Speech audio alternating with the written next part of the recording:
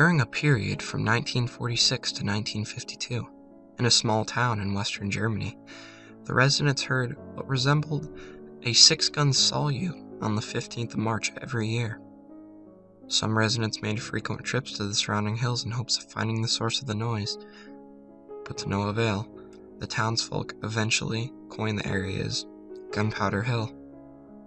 The children of the town even created a legend about it, stating that the soldiers, who in that time were missing, but presumed dead, had been killed in an execution-style massacre, and were buried somewhere in the hill.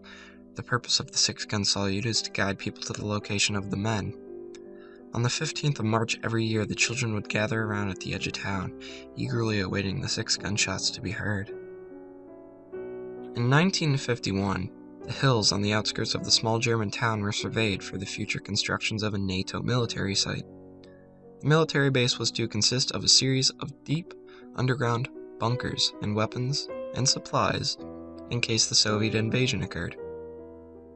In February of 1952, construction began. Just 4 weeks later, the crew began digging a massive 200-foot deep hole for the future of the underground storage bunkers. It was during this time that the crew made a morbid discovery. As they neared the end of the digging operation, a human hand was seen sticking out of the bottom of the hole.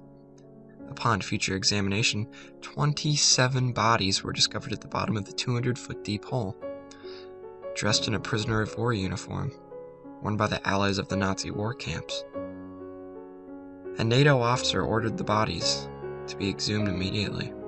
As the medical team slowly carried out the bodies, they looked at puzzlement.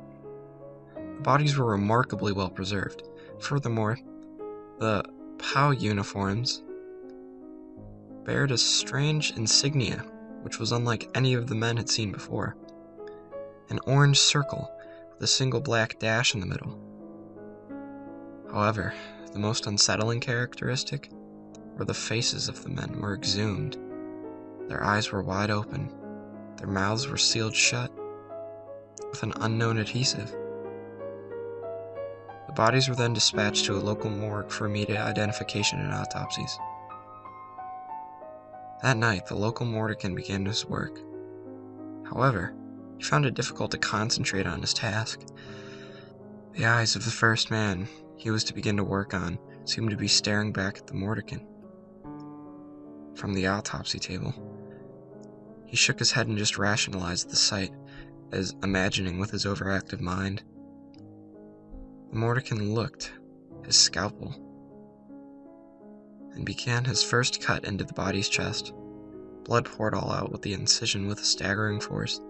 Mortician backed away from the table in shock. The red liquid began running down the table, pooling on the floor. The eyes of the body began watering, and streaks of tears ran down his face. Soon, the eyes rolled back to the body's head, and the bleeding ceased.